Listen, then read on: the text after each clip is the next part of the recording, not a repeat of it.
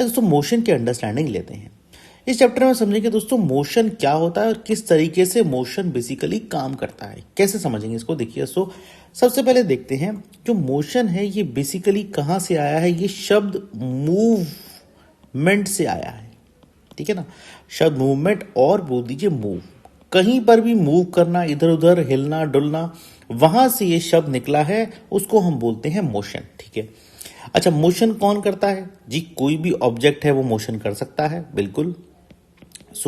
Motion किसी भी object के ऊपर होगा, ठीक है।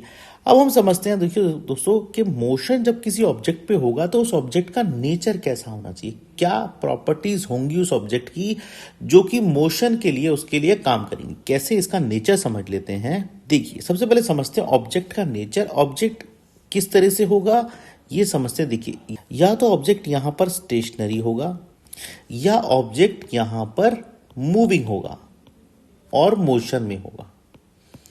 दो चीजें हमारे सामने आती हैं कि या तो ऑब्जेक्ट यहां पर मूविंग होगा, तो दो चीजें हमारे सामने आती हैं। तो या तो ऑब्जेक्ट स्टेशनरी खड़ा रहेगा और बोल देते हैं इसको ये रेस्ट की स्टेट होगी जहां पर वो बिल्कुल हिल डुल नहीं सकता, और या ऑब्जेक्ट मूविंग मतलब मूव कर रहा होगा, इधर उधर घूम रहा होगा। कैसे?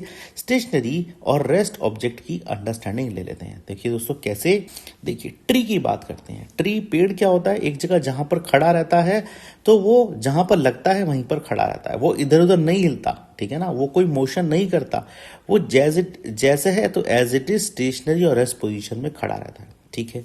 अच्छा, ये कोई एक बिल्डिंग है, इसको बोल देते हैं आपका स्कूल है, ये जिस पोजीशन में खड़ा होता है वहीं पर ही रहता है, इधर उधर स्कूल भी नहीं हिलता। तो इसका मतलब कि ये किस तरह के ऑब्जेक्ट हैं, ये स्टेशनरी ऑब्जेक्ट हैं, जैसे हैं वैसे ही रहेंगे, मूव नहीं करेंगे।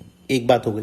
दूसरी बात पे आते हैं, मूविंग ऑब्जेक्ट की तरफ चलते हैं। मूविंग ऑब्जेक्ट में देखिए किस तरह का एग्जांपल मैं आपको देने वाला हूं। देखिए, एक आदमी वॉक कर रहा है तो मूविंग पोजीशन में है, वॉक कर रहा है तो क्या है, वॉकिंग मैन, और मैन वॉकिंग, ऐसे करके बोल सकते हैं, ठीक है ना। तो यहां पर क्या कर रहा है, आदमी वॉक कर रहा है तो मैन वॉक, ठीक है ना। इस तरह से हम बोल सकते हैं, एग्जाम्पल है मूविंग का। और देखते हैं, ये देखिए हॉर्स इज रनिंग, तो जो घोड़ा है वो दौड़ रहा है, ठीक है, तो ये भी एक तरह का मोशन है। एनिमल जो है वो एक मोशन में आ रहा है अपने में, ठीक है। देखिए बर्ड फ्लाई करती है, पक्षी फ्लाई कर रहा है, तो ये भी एक तरह का मोशन लेता है, ठीक है।